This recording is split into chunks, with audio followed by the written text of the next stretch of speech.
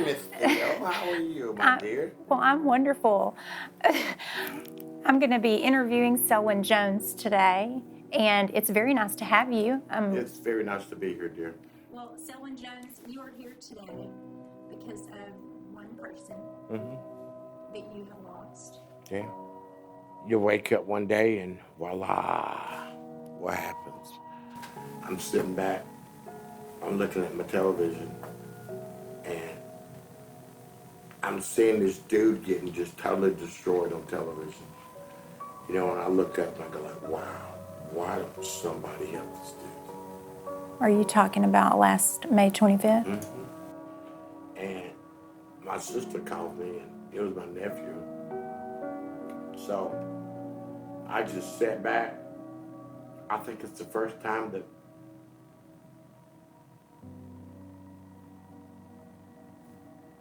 as of that moment, I became free. Why do you say that? Because watching every bad thing, hateful thing that has ever come to life in this world that we live in that I've seen, it was just like counting money. It was just like putting your money in a counting machine. And all the bad things that I've ever seen, just all popped up. They all popped up. Then my sister calls and tells me it's Perry. And I just literally just sat back and I waited for him to die just like everybody else did. He literally narrated his own death the whole time from start to finish. When they got him out of the car, when they first got him out of the car, he's standing there talking to the police officers, begging.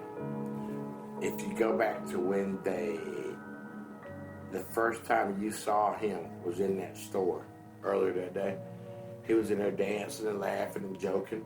That's what we do.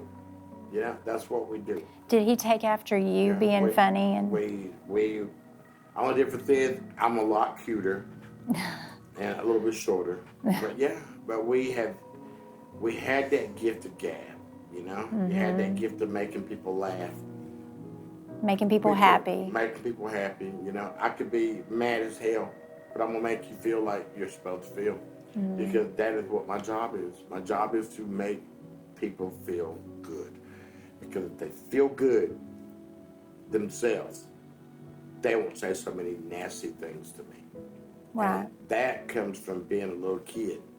But always knowing that if you could make somebody laugh or make somebody happy, that it's going to be funny. less on you. Yeah. When was the last time that you talked to your nephew, Perry, before that day that you saw him on TV? Probably about 2 weeks.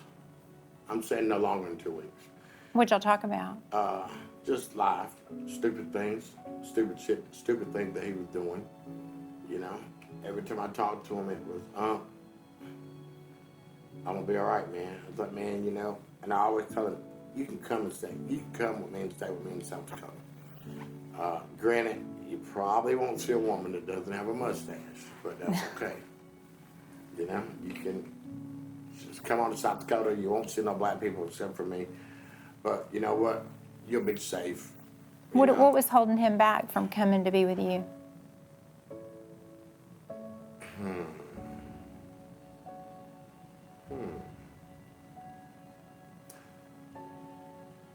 I don't have curves that are likable by my nephew. Because he had a child and he had a fiance, right? She said it was love, so I reckon it was love, you know. Tina Turner said, what's love got to do with it, though? Oh, that's right. She did. You know, but that's another conversation on another day. I'll make sure we have that. We will. But So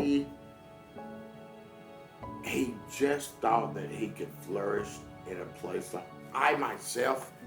I'm a little town boy, you know. Let's go to a little town. Let's go hang out. You're in a little town now, aren't you? Yeah, I don't need to go to a place that has as many people as this, you know. I need to now, but if I was going to move to a place, it wouldn't be a place with this many people.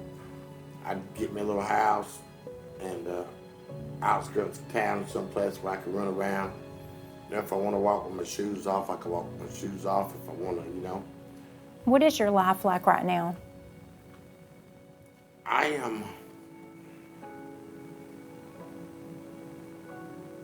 I'm free. I'm free.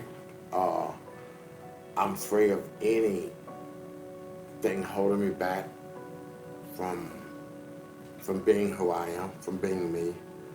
We come here to live on the same little world, same little planet, to do the best that we can. We all for want the same ourselves. things. We all want the same thing. Everybody wants the house with the Lamborghini and the picket fence. Unfortunately, everybody's not going to be able to have that. Do you feel like times and things are changing a little bit as of last week? I feel like that times started changing 8 months ago, 10 months ago. I believe that everybody should be free. I think that everybody come in this world with nothing. That's right. And you have to sort of kind of make what you are. You have to make what you want to be in your life. You have to. What is it that you've been doing? You said that everybody's, in the past 8 months, everybody's saying how proud they are. So explain, what is it you've been doing? The last people that I would expect to be happy or glad or tickled are people in their 70s and 80s, because you figure they're 2 or 3 generations away from slavery, from their family-owned slaves. Mm-hmm. And I've I probably have had 60, 70 plus year old people call me and say, Selwyn, I want to rent the most expensive suite you got at your motel for a week. And I've got 10 or 15 other people that are going to call that are going to rent the same suite. We're not showing up there, but we want to rent this. This is how we are going to show that we believe in what you're doing. And sweetie, They want to support you that way. I would have ever believed that a 75-year-old person would say that to me. Because where I'm from, a 75-year-old person don't care nothing about a black guy. At all. At all. Everything in our life has been a negotiation. We've had to negotiate. 55 years ago, I couldn't even go and sit in a restaurant. My mama couldn't take me in a restaurant to eat. 1966. Mm-hmm. Why? I couldn't go in the bathroom, use the bathroom, because I don't know, maybe your butt's a little bit better than my butt. I don't know. But what was they going to do? Was the black going to rub off on the white, or was the white going to rub off on the black? My mom would tell me stories where she'd get on the bus and she felt so nervous because she felt so bad. And she couldn't even, my mother was deaf, so she only saw, and she just felt so bad and didn't understand why the black people had to go to the back. It made her very nervous. A lot of people begin to believe what people say about it. Mm-hmm. And I just ain't never believed what anybody said about me, or cared what they said, That's good. Because I know what I am. I look in the mirror every day, dear. What are you? I am a hurt uncle. I am a hurt, proud black man. And I'm just hurt as a human being. And I'm not playing the black card. I don't play the poor black man. Because we were so poor that it was a good bet to say that we were going to eat fatback every night. Mm-hmm. And it didn't bother me because the person that cooked that fatback meant more to me than anything. That's and right. That would soothe my soul, because my mama never lied to me. My mama would tell me, boy, when you get old enough, you got to make sure you pay attention and blah, blah, blah, and make sure that you do the right things and you become somebody special. Mm-hmm. I've never cared about being anybody special, but what I've always cared about is being relevant, and you got to respect me. You're not gonna talk to me any other way than I want to be talked to. Take me back to last May and what happened and how you reacted the next day. How did you feel? Did you sleep that night at all? How many days did you go without I sleeping? went, I don't know, probably 5 or 6 days without sleeping. What about eating? I don't need food, dear. Right. Darnella Frazier, I talked to, and the young lady that took the video, that started all this. Okay. And in my mind, I had to make sure that I could do whatever I could to make her okay. Right. Because she's a 16-year-old girl. She just took a video of 4 people murdering my nephew, which changed the whole world. And every time I talk to her, Mr. Jones, I can't sleep. I keep seeing your nephew's face. You know, I keep seeing his face. I keep hearing him beg. I keep hearing him cry. But you thought about her. Yeah, you know, and it was, sweetie, you got to do something to get that out of your brain, because if not, it's going to drive you crazy. Right. And, I talked to her, I don't know, a week ago. You still keep in contact with her? All day. Dear, I look at my phone and, when I was, oh, snap, I ain't called them back, So I've got to keep them up with what's going on, because we got a lot of good things going. May the 25th also changed the path of a lot of people's lives. I've heard you talk about this, about telling our young people and adults to make great choices, not just good choices. Got to make great choices, because the choice that you make today, depending on the situation, could carry you throughout a lifetime. And that's the problem that most young black men make, is they make choices that are filled with hatred, anger, fear, Right. desire, and that never works. I was so glad when I heard on one of your interviews, when I heard you say that, because as a public school teacher for years of teenage kids, one thing that I always said is make good choices. But when I heard you say make great choices, I thought that was better. Make great dear, choices.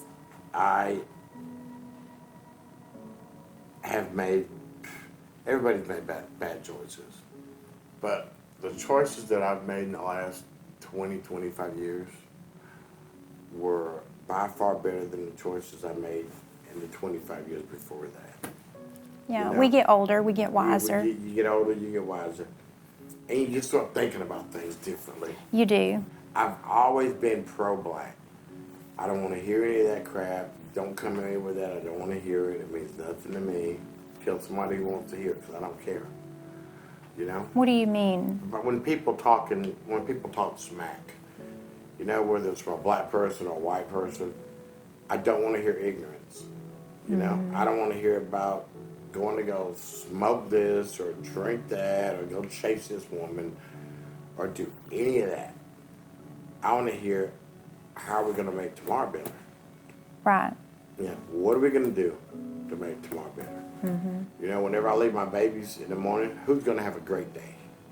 I'm going to have a great day. I'm going to have a great day. I miss you. I will see you when I get home. And that's how our days go, because I do miss them. I heard you mention, and I thought this was so interesting, because as a school teacher in public school, I taught 15 to 18-year-olds. And you said there's 4 words: irritation, communication, conversation, and education. That's right. That's what we have to have, because we obviously know that guerrilla warfare doesn't work. hatred don't work. So why can't we just get together and discuss the problem? Right. Because all we need to do is figure out what we need to do and we can fix it. Nothing Yeah. ever really changes until you're uncomfortable and irritated. Nothing ever really changes until somebody gets a little mad, gets a little ill. And nothing ever changes when you're way up here or way down here. Happens in the middle. In the middle. In the middle. Well, I was way down here. Now I think I'm in the middle. I think you are. But the problem I have is I can't stop. I can't stop. Can't stop what? I can't stop trying to make a change. I've been in Minneapolis for 5 days, and instead of going home to Minneapolis, I'm gonna come see you so we can talk about equality and diversity, racial diversity and equality. And your grief. I want to talk about your grief. Sweetie, Are you avoiding? I don't think I know what grief is. Are you putting it off? Are you delaying it? So I don't think I know what grief is. I've seen my mama die. Held my mama's hand. My daddy left to get me some smoked sausage. I ain't never seen him again. Did you cry? Men are not supposed to cry. But yes, I have. Okay. I could cry every day of my life, and generally I do cry every day of my life. When I sit back and I think of the task that I have in front of me, I have no other choice but to cry, because I literally wonder, how in the world am I going to pull this one off? Wow. Didn't I sure get myself in a jam this time? How am I going to make white folks see that we're human, we're normal? How am I going to let black folks see that some situations we need to change our thought process, some situations we need to step up, some situations we just need to forget about, and let's move into the real world. You know, because black people are just as racist as white folks. Unfortunately, whenever a Caucasian person does something, it's magnified. It's magnified 1,000 times. There's a lot of little threads. There's a lot of little threads there, and will we ever get all of them right? Probably not. But I'm sure going to try my best, because I know that winners don't quit and quitters don't win. And the only reason why I'm sitting here in front of you today is because I will not quit. There's no such word as can in my house. We don't use can't. We'll never use can't, because that's not something that you let come out of your mouth. I can't. You know, you won't, because you don't want to do it. You know, you won't do it because you don't care to be a winner. And people, keep in mind, people don't mind losing. Yeah. That's the bad thing. It takes just as much energy to tell the truth than to do a lie. And a lot of people prefer to tell you the lie because it sounds better. Because you can lie to anybody in the world there. There's only one person you can't lie to. That's right. You can't lie to yourself. Because I tried a couple times. I tried to tell myself I look just as good as George Clooney. I looked at the GQ magazine, looked at him, I looked at me, and I came to the conclusion maybe George had about that much of me that particular day. Since May of last year, what have you been doing to take care of yourself? Like, are you taking care of yourself? Because you say that you don't think you're in grief. Taking care of myself is taking care of this. It's sitting in front of a camera, communicating with someone like yourself that will give me an opportunity to sit and chat so people can hear my scraggly voice, so people can see my ugly face and hear the words that I speak. Because the words that I speak are from a hurt uncle, hurt black man, hurt man, and just a hurt human being. So you have what they call, what I've read, I'm not a doctor or a psychologist, I've just read a lot about grief. You and I both share something. We have integrated our grief to make the person that we lost proud. That's what we've done. After last week, what good, and I think I know the answer to this, but what is your hope for the future? If you saw Selwyn Jones in 5 years from right now, if you saw Selwyn Jones 5 years from now, what would you say to Selwyn Jones?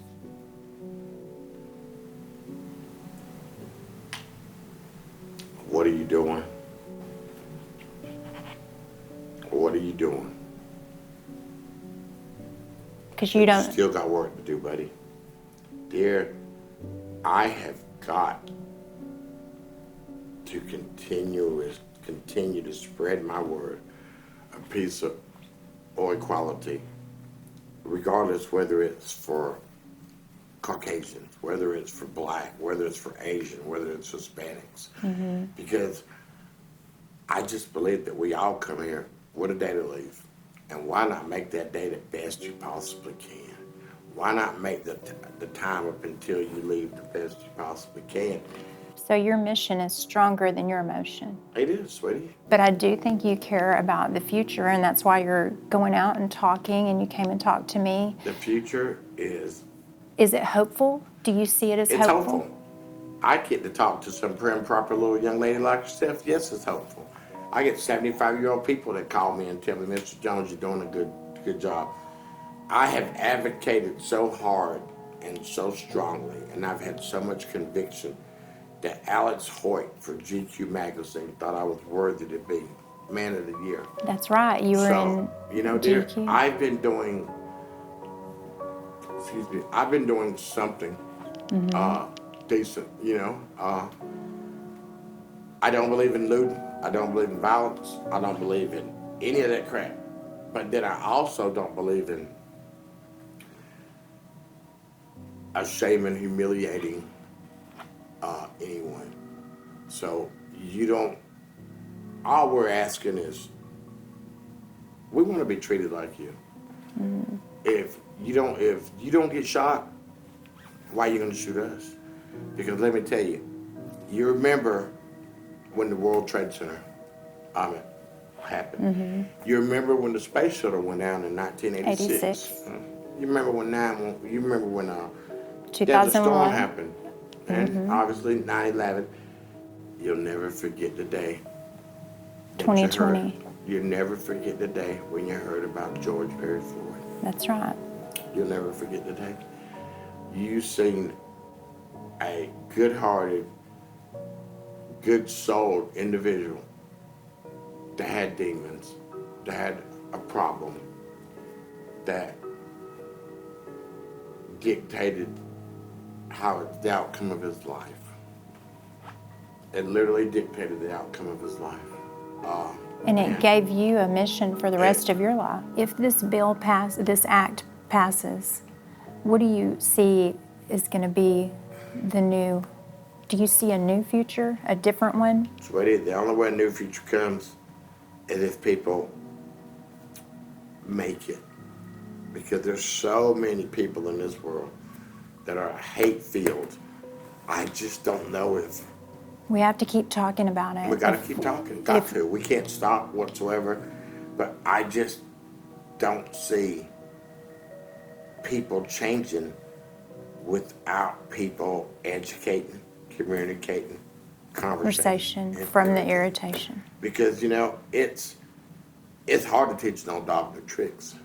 But that old dog can learn. You know, all you have to do is listen and... Open their heart and a little bit. Open their heart and just want to care. Thank you for being on my show. Thank you for having me, my dear.